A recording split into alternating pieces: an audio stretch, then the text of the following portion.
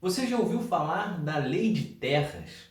Essa é uma das leis menos faladas do período do Segundo Reinado no Brasil e que ia na contramão de todo o processo abolicionista que acontecia no país no século XIX.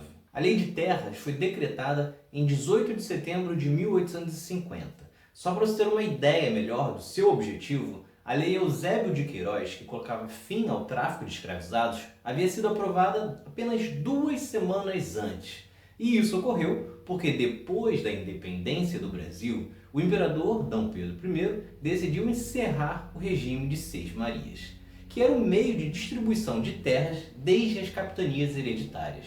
No entanto, não substituiu por nenhum outro meio, e com isso, a maioria dos proprietários de terras no Brasil eram posseiros, ou seja, pessoas que se apropriavam das terras.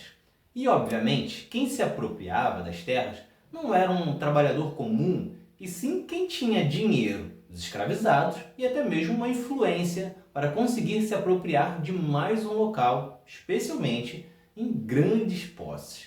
Entre as medidas da Lei de Terras da época estavam o perdão aos grandes proprietários de terras e a normalização dessas terras e também a não mais tolerância com invasão de terras no país.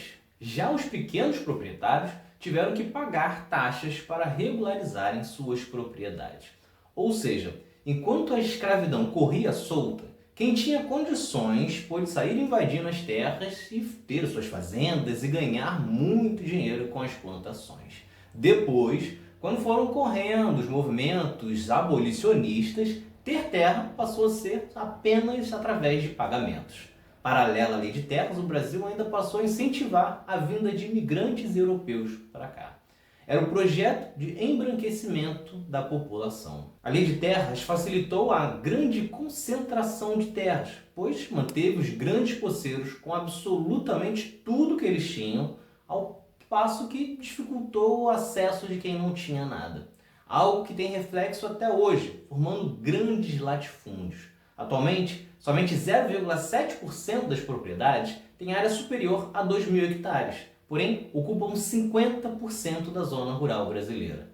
Além disso, como o processo de abolição em curso, que teve como ponto alto a Lei Áurea em 1888, a necessidade de submissão estava garantida. Isso porque, se antes a escravidão era por meio da força, com a Lei de Terras isso passava a ocorrer por necessidade de subsistência. Isso porque, sem terras para morar e nem produzir, o pobre, seja escravizado ou não, tinha que aceitar qualquer condição de trabalho, que continua até hoje.